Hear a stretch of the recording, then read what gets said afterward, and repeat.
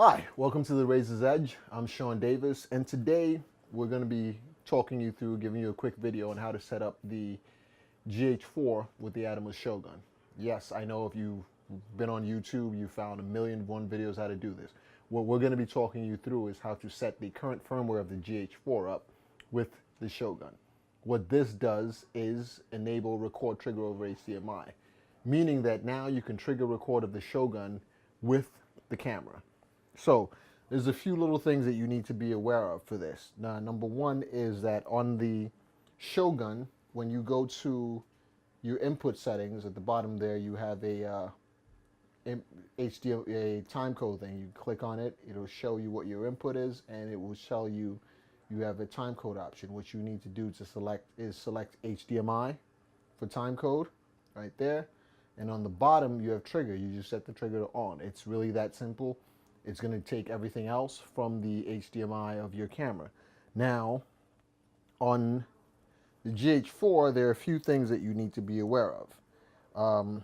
Here, you need to start off by first setting the camera's frequency to 24 Hertz, which will now allow you to record in 4K. After we set that to 24 Hertz, we're going to set our recording format. Now, usually we record in DCI 4K or C4K, Cinema 4K on the GH. But currently we don't have the firmware of the Shogun that will allow DCI, so we're going to have to settle for Ultra HD, 3840, Quad HD, or Consumer 4K. So after we set that up, what we're going to do is go into the timecode menu, which is on sort of page 4 of your motion picture settings, motion picture camera. So you're going to go in there, and in the second screen of that, you have a HDMI timecode output. That's what the menu is going to say. You're going to turn that on.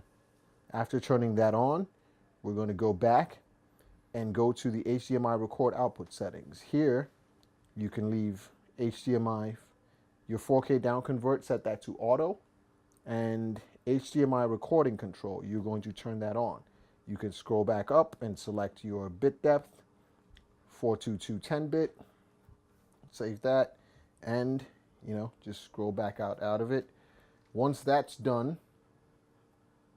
you are now ready to go.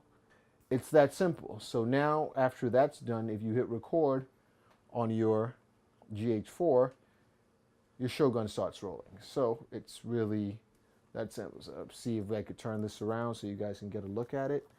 No hands. We're going to go here. Just watch the hit record on the camera. And you see the little red box around the Shogun shows up. Means we're recording now in business. And I can also trick cut. Box goes off, and I'm doing that directly from the camera. And it's really that simple. So things to remember: turn on HDMI timecode output on the camera. Make sure you enable the record trigger on the camera. And make sure that on your Shogun in the menu, let me just cut this off quickly. Go into the menu, go to timecode, input.